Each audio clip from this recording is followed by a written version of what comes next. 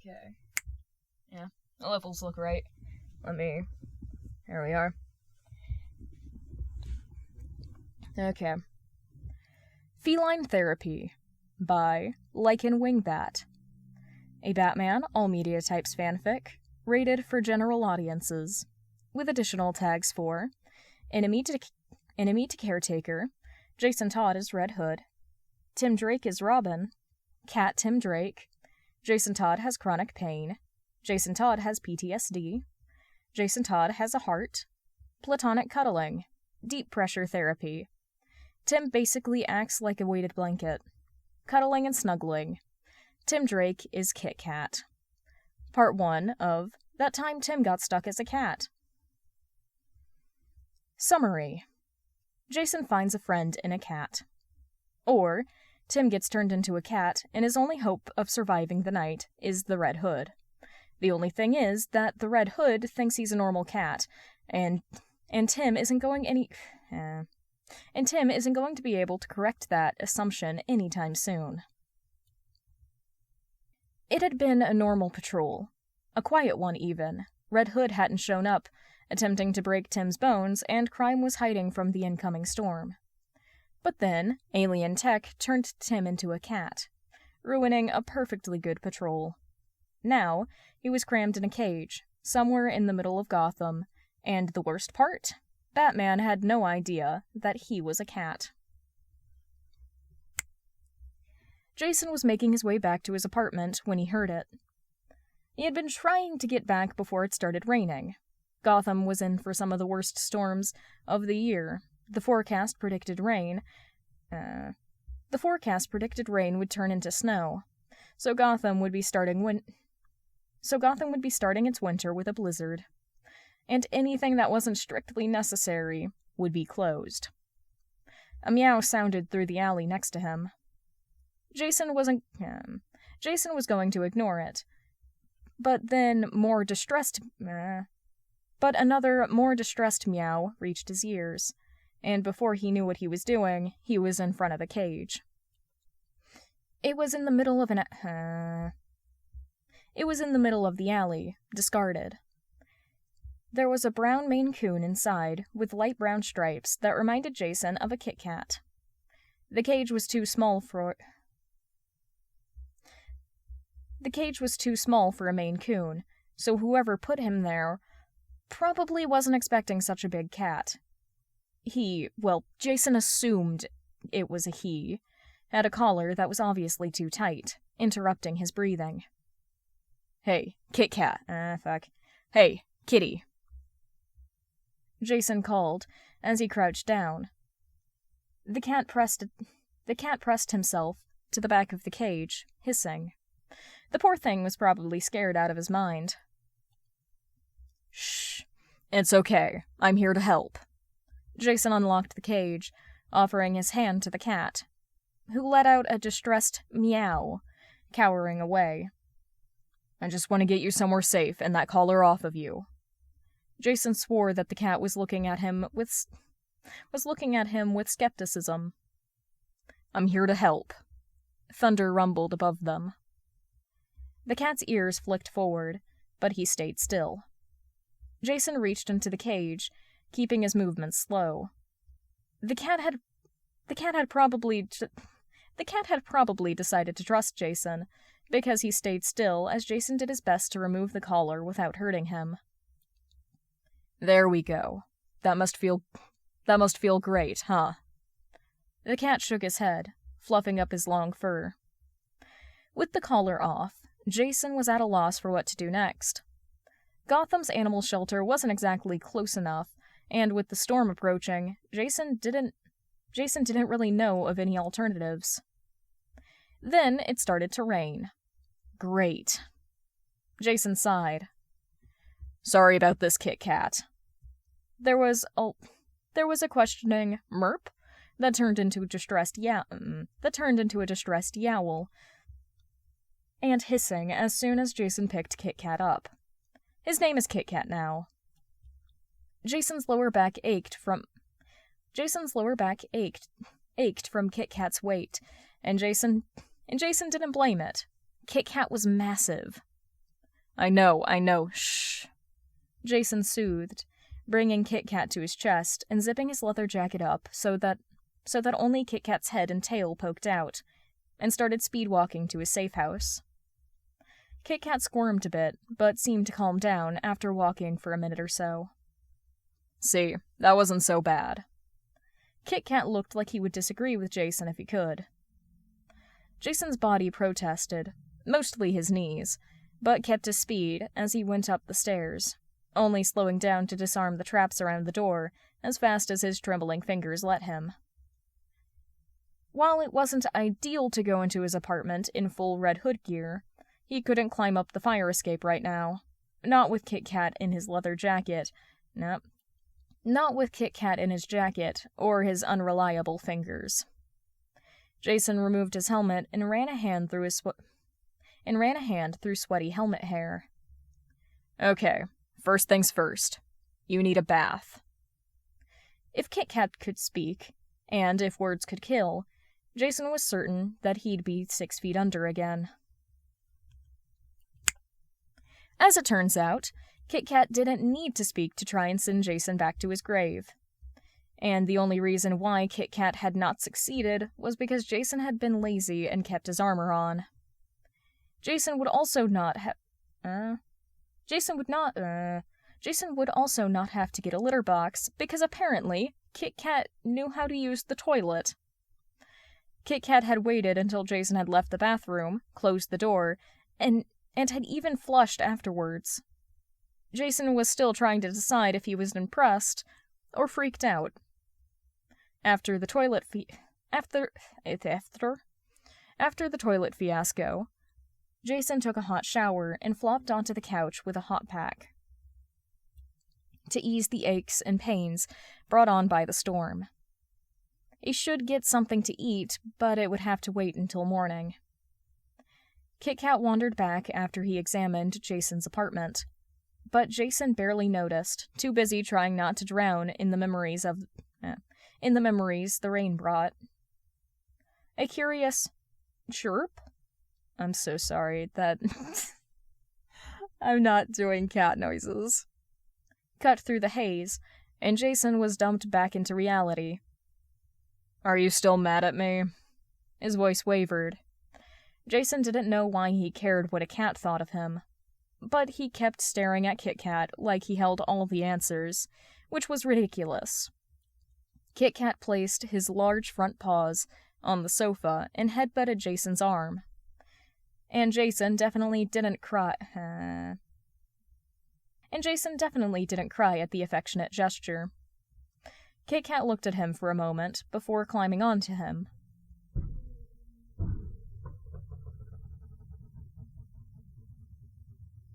The fuck was that sound?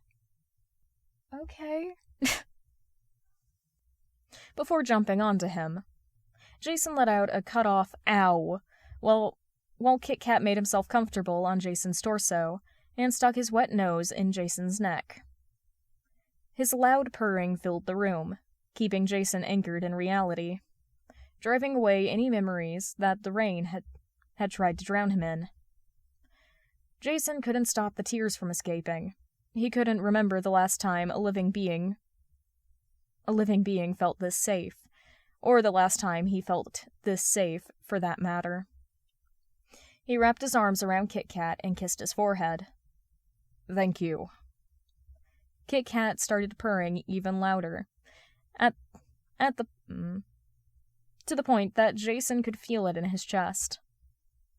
I'll take good care of you, Jason vowed. Kit Kat would be the happiest cat in Gotham as long as Jason had a say in it. Jason felt sleep slowly creep up on him, pulling him into a warm embrace, and for the first time in a long while, he felt safe enough to fall into it. So, with Kit Kat still purring on top of him, Jason fell into a dreamless sleep and slept through the night. Notes. This is my Tumblr, where I occasionally post updates on my fics. Comments are welcome, and if you feel like leaving one, even a key smash or emoji, will make my day, and I reread them regularly. Thank you so much for reading. And then I have time. I'm gonna go ahead and do the second one. Have I left kudos? I haven't left kudos here before, but I love this. I love this series. It's one of my favorites. I've been wanting to do it for a bit. Snowed In by Lichen Wing Bat. Wait. I'm gonna do these all in. Snowed In. It feels wrong to not include the. Yeah. Snowed In by Lichen Wing Bat. A Batman all media types fanfic, rated for teen and up audiences, with additional tags for hurt comfort, cuddling and snuggling, sleepy cuddles, anxiety attacks, self-worth issues. Tim Drake is Kit Kat, and Jason still doesn't know. Rated T because one sentence has implied/reference to rape non-con. Cats can eat a lot of weird stuff. Jason Todd has issues. Good sibling Jason Todd. He just doesn't know it yet. Summary. Jason and Kit Kat's second day living together. Jason woke up slowly. His chest was warm, but his toes felt like they were going to freeze off.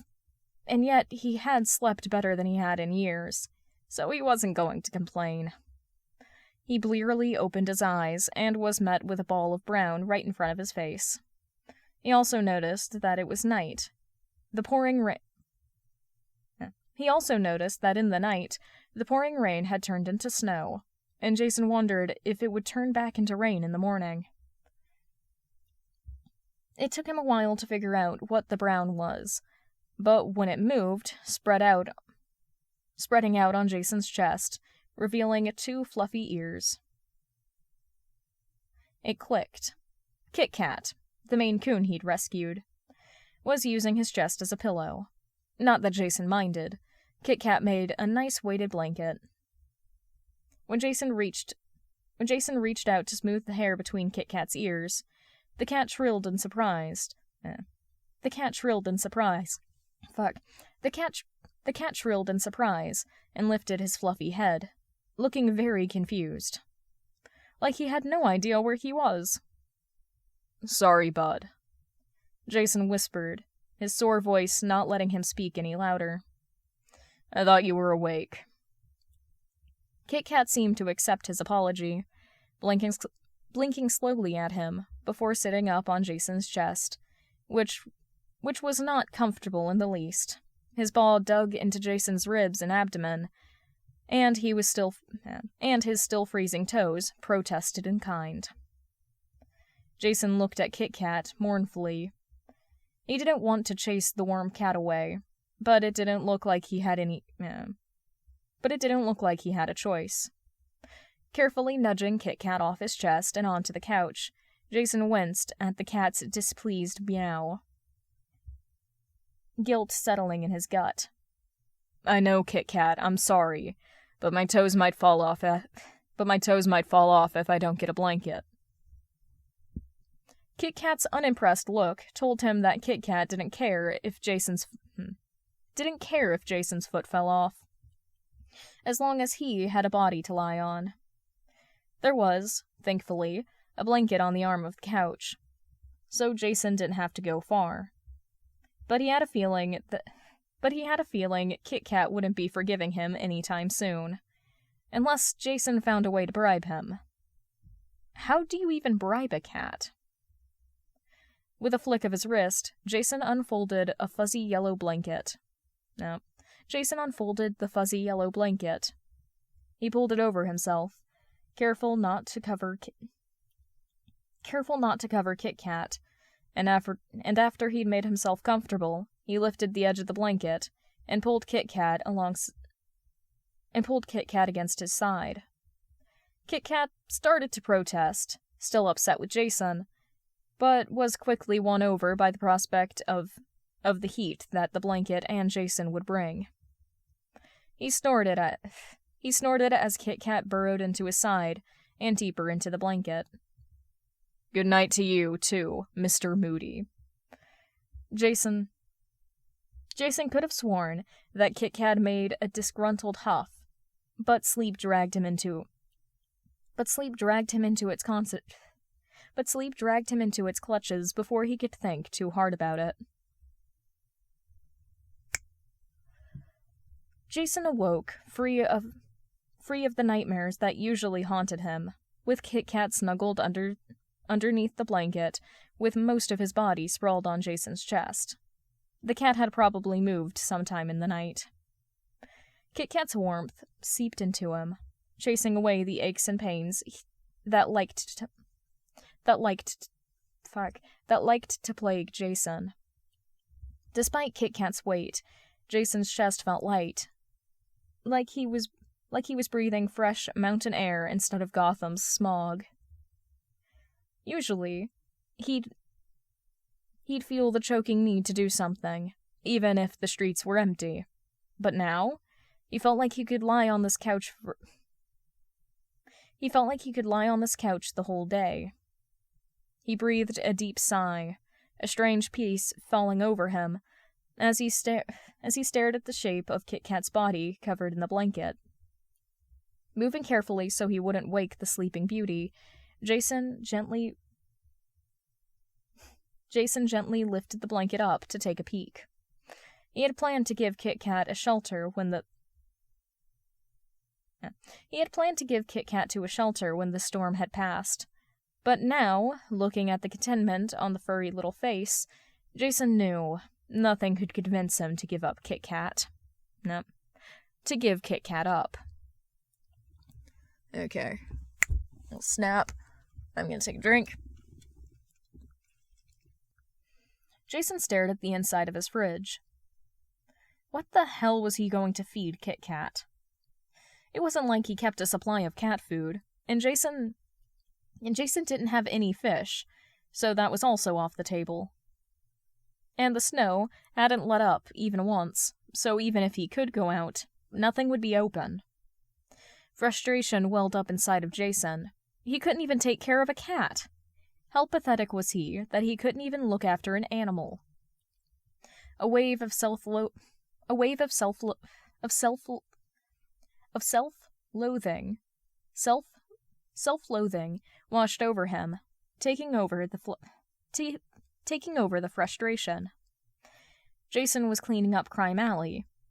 Even if it felt like with every step he took forward, he ended up 5 steps backwards. 5 steps backwards. He was the Red Hood, for crying out loud. Criminals shook at his name. So why couldn't he feed the cat that he had rescued? That had chased away the terrors that had been inhabiting his dreams for years. Jason sank to the floor, his back against the small island. A gaping black hole sat in his chest, sucking in any warmth he had gained through the night, threatening to swallow Jason whole. He pulled his legs up to his chest, wrapped his arms around them, and buried his face in his knees. He sat there on the floor. As he sat there on the floor, Jason wondered why he even tried anymore. What good was he actually doing? When he was Robin, it had been easier. Save the day, comfort the victim. Or at least, it felt like it had been easier. It felt like nothing he did as Red Hood made an impact. Yes, the average thug was terrified of Red Hood, but those who were scared of him weren't the ones that needed to be scared. Human traffickers still came to Gotham, to Crime Alley. Drugs made their way into the hands of minors. Rape was still a problem. Red Hood could kill rapists, but that wouldn't take away any of the trauma that had come from it. No matter what he did, he kept failing.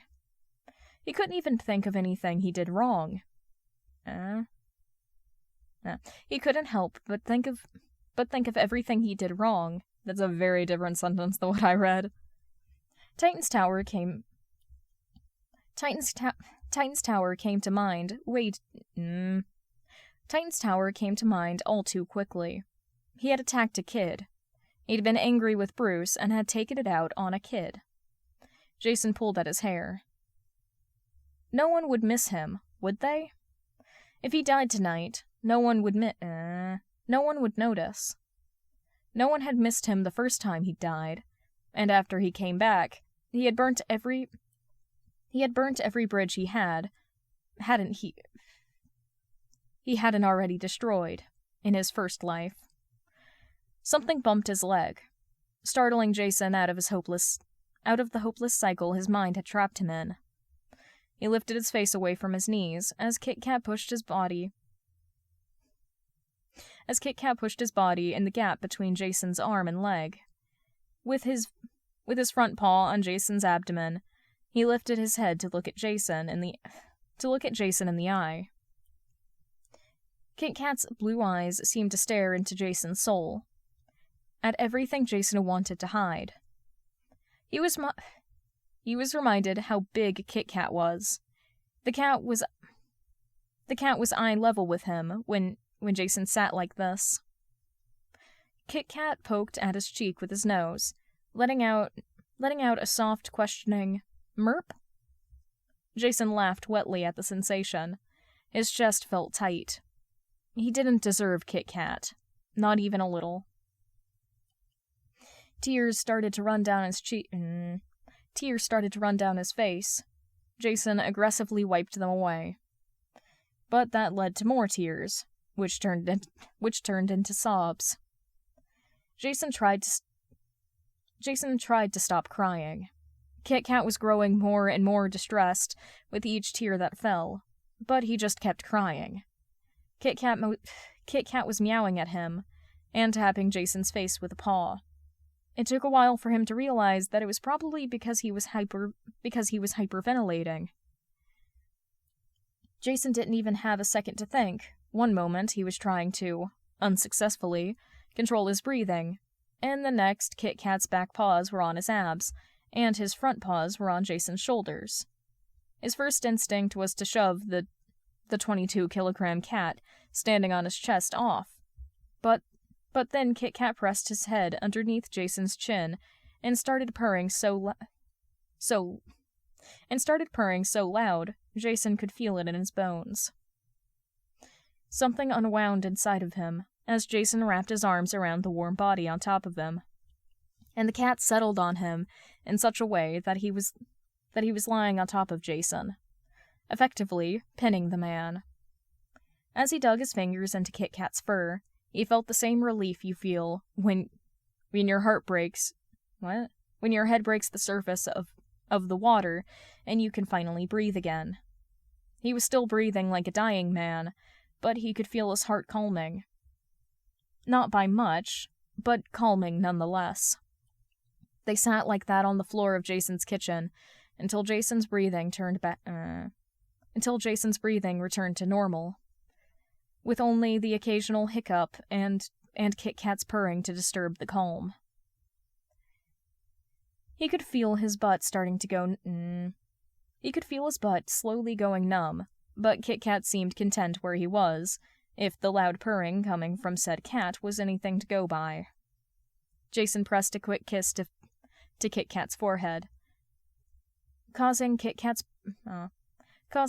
purr to stutter, and a startled "merp" to come from the cat. Jason chuckled and moved his hand from where it was buried in Kit Kat's thick brown fur, scratching the soft hair behind his ears instead. I'm sorry you got stuck with me, bud. Jason wished they had met in a life where he wasn't such a mess of a person. You deserve better. Jason spoke the words so softly that he almost thought that Kit Kat didn't hear him. But Kit Kat headbutted Jason's jaw and purred even louder, seemingly displeased with his comment. I'm not a good person, Fluffball. Frustration settled deep in his gut. Not at Kit Kat, but himself. I've hurt a lot of people. Good people. Drake's frightened, bloody face still haunted Jason in the early hours of the morning, and he felt sick just thinking about how he had left the kid, barely breathing, for Batman to find. When the storm clears, I'll find someone better for you. Jason wanted to be selfish and keep Kit Kat, to have someone who didn't care what he did or didn't do, to have someone who would love him unconditionally. But what about when the pit reared its ugly head? What about when Jason was drowning in a nightmare and couldn't tell what was and wasn't real? Kit Kat wasn't purring. Jason's head snapped down in panic. Kit Kat stared at him. His loud purrs had quieted to the point where they were almost imperceptible, and his big blue eyes seemed so sad and hurt. Then Kit Kat looked away. He didn't meow or headbutt Jason. He just laid his fluffy head on Jason's collarbone and curled in on himself, dejected. Jason wanted to start crying all over again. Guilt and regret sank their claws into Jason's heart. He had messed up again, like he always did. He wanted to take back every word. But what good would it do? Kit Kat needed someone who could actually take care of him. He didn't need someone like Jason. When Jason finally felt like he wasn't on the verge of another emotional breakdown, he reached up for his phone, carefully so he didn't upset Kit Kat more than he already had, which he had left on the island. He dialed a number he had memorized a long time ago. It rang once, twice. Jason wondered if the storm was interfering with the signal. Was this even her number anymore? Then the call went through. Hello? Jason swallowed. He hadn't spoken to her since he'd died. But he had to do this. For Kit Kat. Selena? That was a terrible... Selena. Jason heard a sharp breath on the other side of the phone. Jason? Hi, I found a cat before the storm hit, and I don't really know what to do. I don't have any cat food. This was a terrible idea. I'm sorry. I didn't know who else to call. I'm glad you called. There was an anxious pause. No, there was an awkward pause. How's the cat? Do you know if they're a boy or a girl? Jason stumbled over his answer. He's okay. I named him Kit Kat. That's a cute name. Jason could hear the teasing tone in Selena's voice. I didn't call for you to tease my name choices. Jason grumbled, but there wasn't any heat in his voice. He had missed her. Selena tried, and failed, to hide her laughter. Sorry. What do you have in your fridge? Don't leave anything out. You'll be surprised. Don't leave anything out. You'll be surprised at what cats can eat. As it turned out, Jason had a lot of vegetables and fruits he could feed Kit Kat until he got cat food, or found Kit Kat a home where he would be safe. Now Jason had to ask if Selena could take Kit Kat in, or if she knew someone who did. Do you and Handsome need anything else? Selena asked, despite never having seen Kit Kat. Yes. Jason forced his voice to stay even. When the storm passes, can you take Kit Kat in? I don't want to dump him in a shelter. Why don't you take him in? Kit Kat's ears perked up. I can help you. Jason knew the second he opened his mouth, Kit Kat's ears would drop. The certainty and dread sat uncomfortably in his gut. He's not safe with me, Selena. He deserves better. Jason watched as Kit Kat's ears dropped down again. Why wouldn't he be safe with you, Jason? Are you telling me that your apartment isn't one of the most fortified buildings in Gotham? And are you telling me that you wouldn't spoil him rotten? Selena asked skeptically. I'm sure Bats told you about my run-in with the Pit. Jason couldn't keep all of the bitterness out of his tone. He did. Then you know why I'm not safe. Then you know why I'm not safe to be around. Nah, fuck. Then you know I'm not safe to be around. Jason wheezed. Nah, that's not. Jason squeezed his eyes shut. He was starting to wish he could just hang up, but Kit Kat needed a safe place. Jason, are you really doing this for Kit Kat, or are you doing this because you are scared of what ifs that might not even happen? Selena's question cut right into the open. Selena's question cut right to the open wound Jason had been trying to avoid. Of course he was scared. It had been nearly 24 hours since Jason had rescued Kit Kat, and he was already attached. But since Jason came back... Okay, I'm nearly to the end.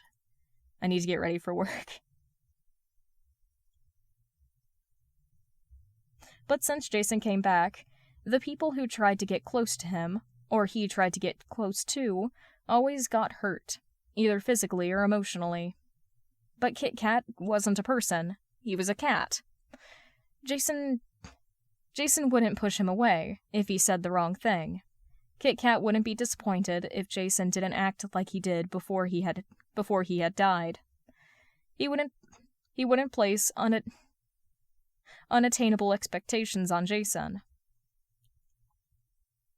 Maybe, just maybe, this could work. Jason, are you still there? The concern in her voice was almost enough for the tears from earlier to start flowing again.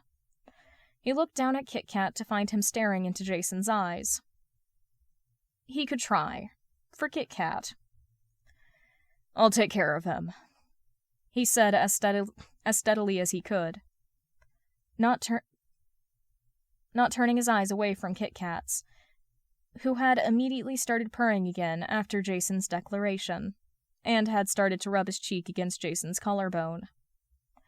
Maybe Jason would have to watch what he said, after all, because Kit Kat seemed to understand him, at least a little bit. Even a blind man could see that. I'm glad. Selena sounded just a little fond. Could you check up on us? Make sure I don't hurt him. Jason instinctively expected her to say no, but that was probably his paranoia talking. Of course, Jason. And if you ever need any help with Kit Kat, or any other questions, call me. Her tone was warm and light, and Jason wanted to hold on to it for as long as possible. Thanks, Selena. You're welcome, sweetheart. After they had said their goodbyes, Jason hung up. You're stuck with me now, Fluffball, Jason said, running his fingers through thick fur. The only answer Kit Kat gave was loud purrs. Notes. I love them so much, but sweet primes. It can be hard to write them. I'm still learning how to write the hurt in hurt comfort. So constructive criticism. I'm still learning how to write the hurt in hurt comfort. So constructive criticism is welcome, but please be kind. Comments are welcome if you feel like leaving one. Even a key smash will make my day. This is my Tumblr, where I occasionally post updates on my fics. Thank you so much for reading. Have I already left kudos here? I already left kudos here. Anyway, that's that series. I actually love this series. I don't know if Lycan is going to update it again ever, but it does make me happy. I like cats. If you enjoyed the story, link to the series is in the description. It's not just a single fic, it's a series, so it'll send you to the series. You can click the first one, and then you can, like, read along. I know some people do that. If when my brain when my brain of thought, I'm very intelligent. If you liked my reading, you can subscribe if you want, and you can leave recommendations in the comments for what I should do next. Yeah. Thank you for listening.